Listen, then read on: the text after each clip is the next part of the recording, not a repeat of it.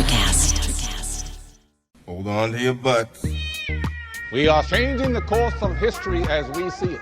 That is what Wesley demands. Now this affects Iris. Iris, where are you? What you feel only matters to you. I do not entertain hypotheticals. The world as it is vexing enough. Iris, I have a tip for you. Don't take drugs! Or Whatever Movies with Wesley and Iris. What up and welcome to Or Whatever Movies. I'm your co-host Iris and I'm here with my older brother. Wesley. Today we're talking a movie from 2024. In theaters, A Quiet Place Day 1. Did I do that gag the first time we reviewed A Quiet Place and A Quiet Place 2? Both of our discussions available at orwhatevermovies.com or wherever you get podcasts? I don't think so. Did you see it in Dolby or whatever? Dude, we're old and live in Orange County. We were going to VIP with the cushy seats. Well, how refreshing to see a Quiet Place movie with some sound design. I mean, the first one was nominated for sound design. I mean, I get it. It's a whole different take on sound design, right? But this one was loud. Yeah.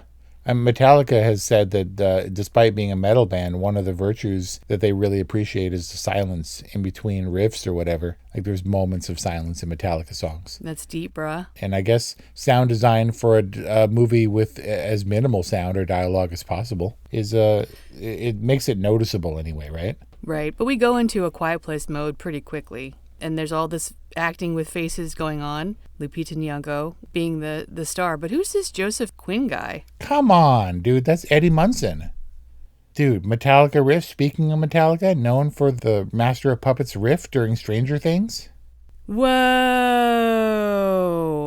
This dude is impossibly young. It seems so absurd that dude in his business suit going to law school or whatever is 30 years old and was born in 1994. That trips me out. Anyway. He does look like he's swimming literally in that business suit. He's meant to be just an awkward kid who's well out of his depth.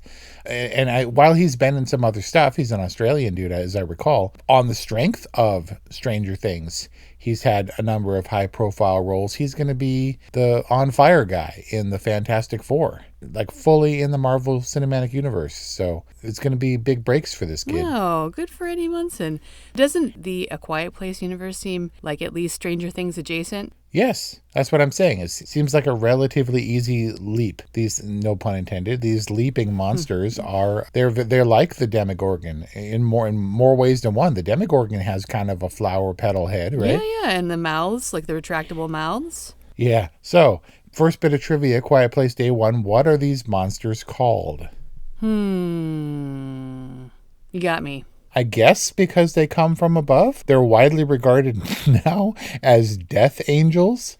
I guess they came down from the heavens on meteorites or meteors or whatever. But the only thing that we really got, the reference to them that we got, was the military flying over New York and drawing people to the harbor. Said, I think they called them attackers. The attackers can't go onto the water. I feel like, wasn't that a revelation in A Quiet Place too? How did they know that already? It was very sudden. And in a way, I kind of appreciated that. The idea that we're just jumping into this. As viewers, what we know is that they're sensitive to sound. Spoiler. They're sensitive. Their body density is such that they can't swim. They're not buoyant, and that's their weakness revealed in part 2. In this particular case, just maybe someone witnessed some of them drowning, but this was a separate setup. The Abbotts, I think their name was in the previous films, the Abbotts didn't get the memo.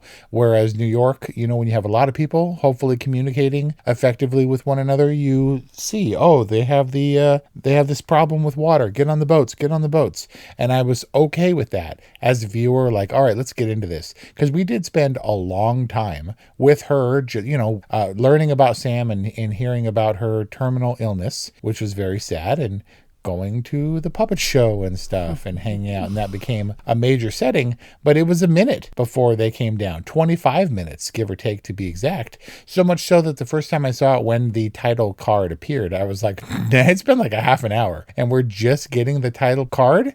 And then the second time that I saw this in the theater, I looked at my watch when Eddie Munson showed up. And I don't know how long it was in actual screen time, but the first time he popped out of the sewer making an awful lot of noise and made the cat run away was an hour after the scheduled start time of my movie.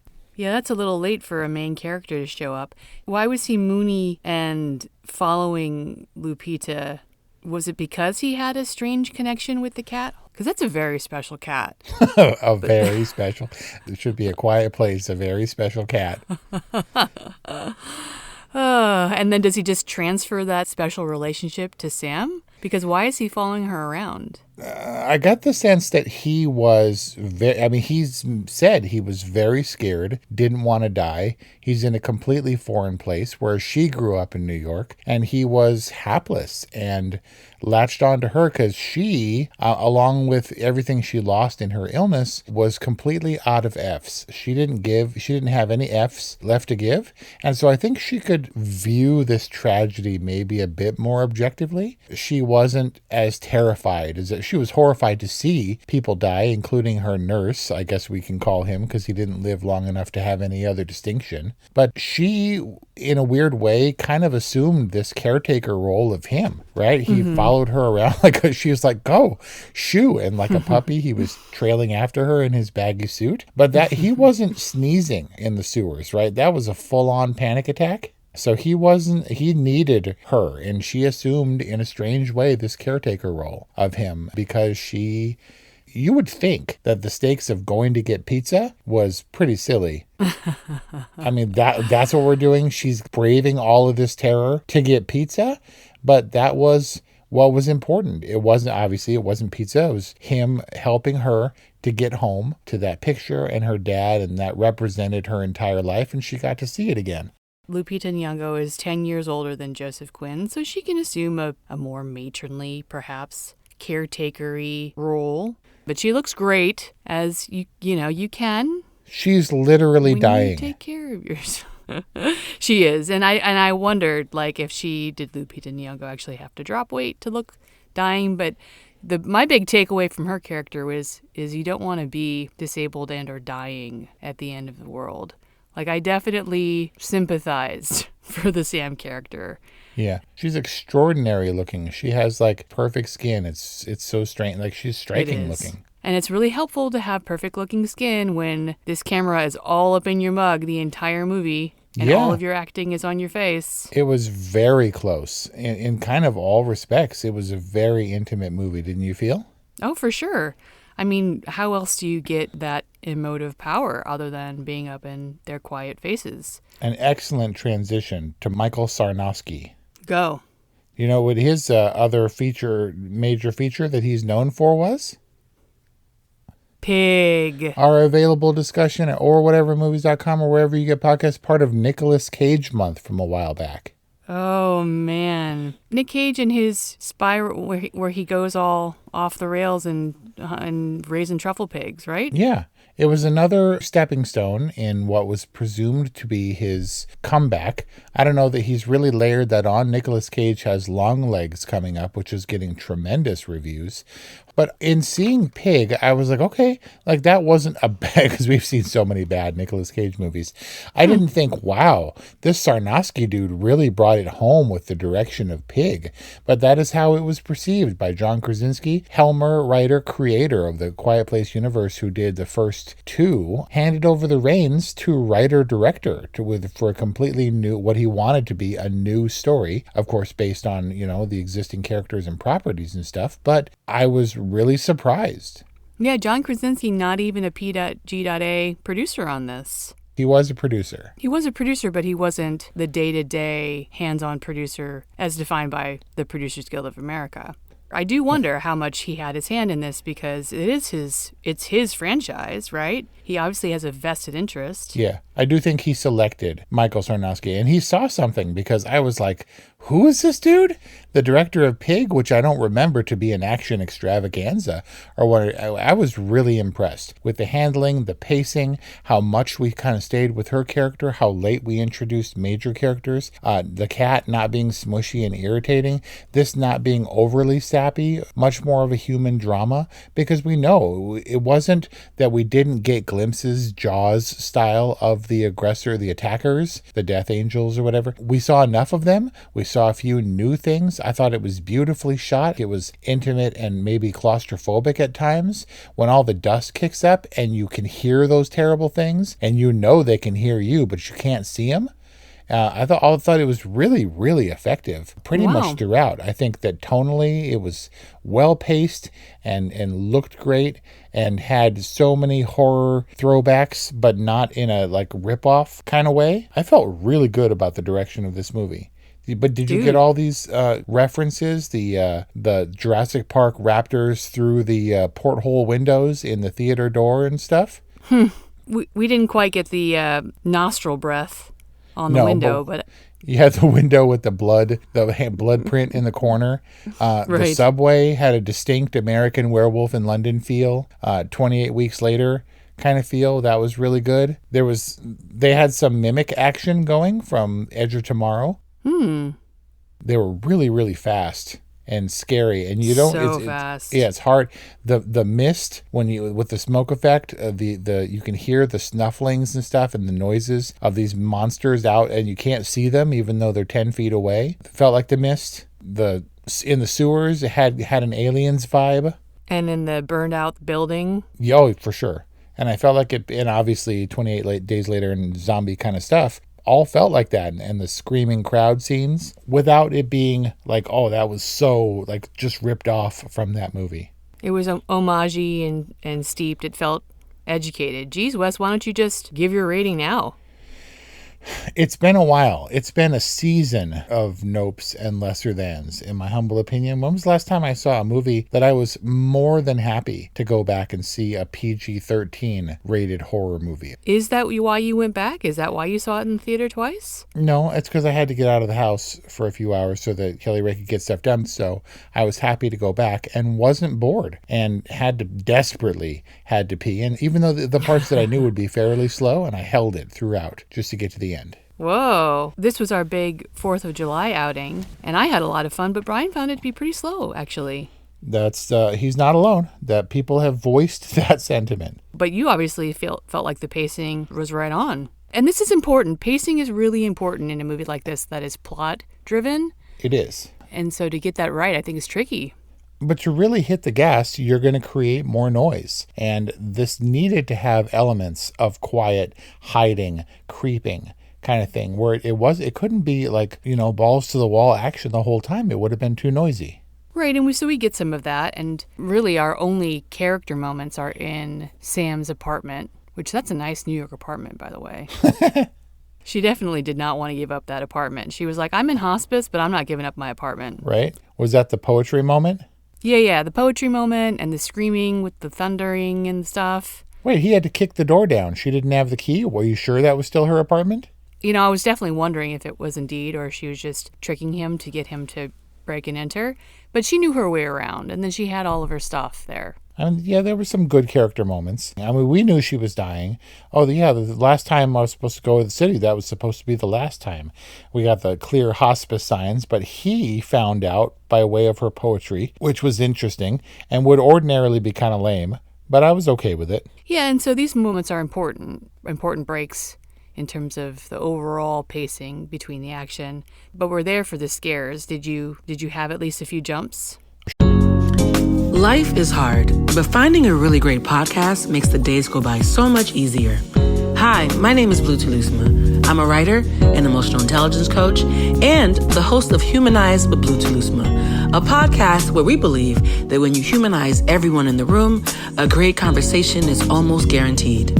Join us every week here on Electricast as me and my guest co-hosts unpack big topics and interview even bigger personalities with a sense of humor and a dash of mischief. If you're looking for a new best friend in your head, we've got you covered. Electricast. Sure, when she falls asleep and then has that brief, like she opens her eyes and it's kind of New York as it was, and then the Death Angel, that obvious deliberate jump scare. I jumped a little bit. In the window? But it was more like that spine tingling, like, go, when they're in the thing and he makes noise in the water. and it's like clambering across the ceiling towards them. It's like, can you move faster? It's kind of those hair-raising moments. That whole sequence was great. But like jump scares, not so much. It's basically, when it's coming, right? Someone is yelling for somebody else on the street and they just get swiped out of frame. Oh, yeah. They get tackled. These are like the best linebacker aliens ever. But that whole sewer sequence was great. And for a monster that can't swim, he certainly goes for it. The monster certainly goes for Eddie Munson. Like, he's going to tear after him until he drowns. And obviously, they went to the part of the tunnel where it was fully submerged, and so it had nowhere to go and didn't know to go back or whatever. Yeah. So, so they're not opposed to water per se, because they're definitely out there in the rain. It's just when they get underneath the water, then they're in trouble. So then why are the pier attackers, why do they show that restraint at the edge of the dock? Yeah, I'm not really sure, because in A Quiet Place 2, they made a full-on leap into the water. They were like, oh, they're just out of reach. Let's go for it and jump. Likewise, they're completely blind with the use of their biological sonar, or whatever it is, radar, Daredevil style. Can they sense the sort of undulating surface of the water, and then they know that that's what's below them and that they can't jump beyond that? Obviously, it was for story purposes, and the New Yorkers have decided that the water is where they can't get you, so if you jump in the water, you're maybe safe, and he jumps right out of the reach of their arms. But they know better than to jump off, which they didn't know later in A Quiet Place 2. Maybe some are dumber than others. Okay, so maybe there's like mimic level hierarchy going on? Yeah. I wonder, did you feel like there was a little bit of cheating going on where you only kind of Transformers style, you only see part of their bodies generally at the time, and if you don't, then they're just like black spidery things that don't require a lot of definition? It's hard to pin down exactly what they look like. I can't get out of my head that CG shot, because I think the CG was used very well. There were no points where I was like, oh, that looks patently ridiculous and fake for these creatures. And when they're sliding across the sand and they're chasing after him mimic style when he's making his run for the pier, I can't get those shots out of my head. Very simple, very realistic use of CG that I have to attribute to Michael Sarnofski and his sensibilities for how to portray these creatures. Yeah, something about their CG gave them a lot of weight. They felt like they always had weight. And the images that I keep coming back to were of their feet. Felt like we got a lot of detail on these heavy hoof things. Yeah, the raptor claws in the kitchen, very reminiscent of that. But boy, do you remember them being quite so loud and heavy in the other two movies? No, I guess not. I don't remember them being, quite so heavy or quite so climby. Like, they're climbing up the buildings of New York really scared me. Like, it super creeped me out. And they felt extra menacing that in a place like New York, they could literally climb up to the height of the helicopters and jump back down onto you on the street. Like, they had all of this extra surface area to work with. Yeah, I'm not sure how it works, like spiders or whatever, because they were climbing down sheer glass. Mm-hmm. And so, yeah, they've got something going on, very insect-like. To that end, I guess they couldn't climb and be scary like that on vertical surfaces in, like, farmland in the other two A Quiet Places. But did you realize, or did you understand why they were preemptively blowing up the bridges? Other than to dash all of the New Yorkers' hopes? No. Well, yes. So to get away, it wasn't about containment because they were obviously already all over the place. But yeah, it gave the New Yorkers nowhere to go. The consensus seems to be that because the survivors were on the water, the only place that they could have been gotten to on the water is the bridges spanning where they could drop down onto the boats. Otherwise, there was no way for them to cross the body of water. Gotcha. So the boats needed safe passage and therefore bye-bye bridges. Yep. That makes sense. I thought it's a perfectly emotional moment, right? To be on the roof and to see your bridges, your beloved bridges, the iconic bridges just be blown to smithereens. Yeah, very quickly. So to humans' credit, they were very decisive and took action right away as much as they possibly could in kind of stopping this thing. It was smart. Blowing the boat horn unnecessarily, it would seem, except that it keeps them at the water's edge, creeping along, pacing the boat, so that the New Yorkers hiding, within the city could kind of make their way closer to the water. That was the other thing about Eric following Sam. Like, was there just a very practical need where he didn't know where the South Harbor was? She was headed to Patsy's in Harlem. Now, Harlem is not Manhattan, or is it a neighborhood of Manhattan? Is it on the island? No, man. Wow, you really... Right? You really exactly. yeah. Harlem is a borough, just like Manhattan is. Right. But it's surrounded by water, so kind of any direction you go, you're headed for water. I don't know if Harlem is the same. I also thought this is totally fictional, because they mention in Point Break that after they were following Bodie, and Bodie stopped at Patrick's Roadhouse.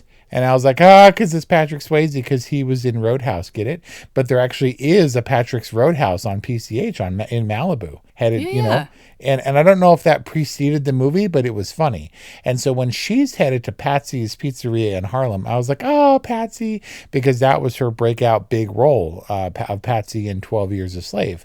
But it turns out that Patsy's is the supposed originator of New York-style pizza, and definitely a real place. Known for using New York tap water, and you must fold it in half before you insert it into your mouth. Now, we're from California. We're from L.A.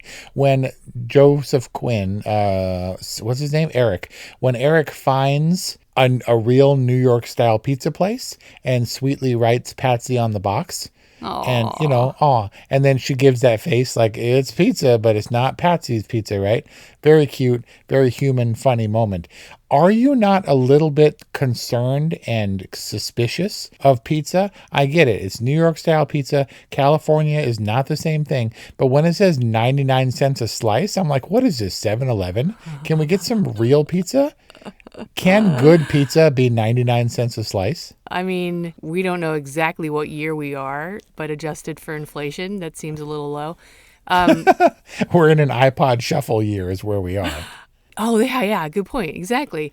I like that you are stuck on the price, whereas I couldn't get over the fact that it was at least 3 or 4 days old. Yeah, I guess so. But also, cockroaches in New York aren't a thing, right? Oh, I mean, yes, and so are rats. And we know that they would survive an apocalypse. Cockroaches and Cher are the only things that would survive. Stop. That's the old joke. But yeah, definitely rats. Even the cat took a slice of pizza and ran away with it. Oh, yeah, because it's a very special cat. 2 cats, by the way. I noticed that 2 cats were actually credited. And I said that's got to be the best trained cat ever, because its markings, Frodo's markings, were so distinctive. I was like, there's no way to match that. Obviously, never having worked with production cats and to know that you can spray paint cats. Get this, there were 3 cats. What? There was one more cat that wasn't heavily used on screen for a couple of shots. And they made like a 3D printed head of Frodo, or the cats. One of them was named Schnitzel, and the other, I can't remember the other one's name. But there was a third cat that they put like a digital head on it. That must have been the head that they used for all the underwater work. I don't know, man. At one point, Joe Quinn jumped off of something into a body of water with a cat, and he was holding a cat. Do you think that was a cat? No, I don't think so. They put that cat through a lot. Yeah. I mean, they would show him wet and stuff, but this is like the baby game in The Hangover where you're like, rubber baby, real baby. Real baby, rubber baby. I was definitely eyeing the cat. There was a scene where the cat was barely in frame, and I'm like zeroed in on the cat. I'm like, oh, its ears moved. Real cat. Real cat. Not so much The Hangover as Bradley Cooper's most infamous fake baby was in American Sniper. There's one where he's holding the baby that is so fake. You can see the baby's arm moving, and you can see it's clearly Bradley Cooper's thumb lifting like the baby's arm up and down. Oh, man.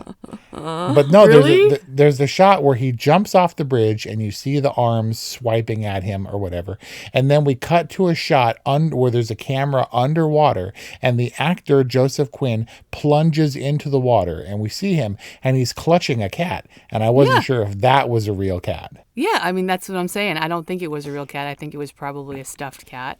But you see the cat underwater before they surface. And then floating they get to the boat. On the violin case. Oh, that's right. Yeah. It's like the best cat ever. I felt like this was a crowd favorite movie in a summer that I thought was going to be an absolute tank. I was like, what's good coming up? A Quiet Place Day One with no John Krasinski or whatever. And I feel like this was a well-received, very successful, in fact, the biggest outing of the franchise so far. Well, they have all this goodwill. I mean, it's 3, and the other 2 have been great. And a crowd pleaser on top of this. It didn't need to be gorier. I felt like it was perfectly scary and adventure. I thought it was beautifully shot. It was fun. So we got, I feel like we jumped into a world that we knew pretty well by now after 2 movies. And then we got a little glimpse of them eating Cadbury eggs or whatever they were doing in their little nest. It was enough all around. Well enough, I think, for anything that needed satisfying. The only unanswered questions is, do you think that these things, the Death Angels, they're kind of solo hunters, right? They don't really rove in packs? Yeah, they seem like solo hunters. Do you think it's because while they are so sound sensitive, they won't shut up? They're like, kaboom, kaboom. And they're thumping and clicking and using their radar so that if any other one is in any immediate vicinity, they'd be like, dude, will you shut up? They are very loud for being sound sensitive, and they would make terrible roommates for each other. I think also they're just so gangly and ungainly. Like, I think they would all get all tangled up with one another. My unanswered question is, you called them hunters. Do they eat the humans, or do they simply rip them to shreds? No, across 3 movies, they do not eat their victims ever, probably because that would have gotten them the R rating. They hear the noise, are hugely irritated, and go and stop that noise, which is why I think that they would have hated living or coexisting or hunting in packs. One reviewer called them angry librarians. Because they're just like, you must be quiet, and if you are not quiet, I will kill you mercilessly. And I think they're just so annoyed by being ultra sensitive Beowulf style hearing creatures that they're just going to totally wreck you. No, that was not Beowulf, that was Grendel. They're the librarian ghost, and Ghostbusters just being like, shh. I really liked the character development. I liked that she was terminally ill. It was a different angle that took the typical stakes. It was unusual, and it's what set her regard for the situation, put her in a different mindset than everybody else who was shuffling in quiet terror towards the docks. And that was offset by the Joseph Quinn character of Eric. And, maybe they made more noise than they should have. I don't know why he needed to push the revolving door to make the briefcase slap on the ground like that. I don't know that they needed to be running at all times. Just lie down on the floor and hold your breath. And it'll all be over in a second. You're going to be fine. They ran a lot more than is necessary, and they made more noise than is necessary. But it was fun. I had a good time. And it was an interesting dynamic within the Lupita Nyong'o Sam character, right? Because she simultaneously doesn't care and is apathetic, but also much more vulnerable, right? Because of her condition. And she wants to live, but also she wants to die on her own terms. And it adds some character complexity that you can't get in dialogue and you can't get in other character interactions that require talking. So they did what they needed to do, I think, story-wise, to keep it interesting. There could have been some pacing issues to address, although I can't pinpoint which. But overall, I had a good time. I'll give A Quiet Place Day One a good. I think I gave one of the Quiet Place 2 a totally and haven't watched it since.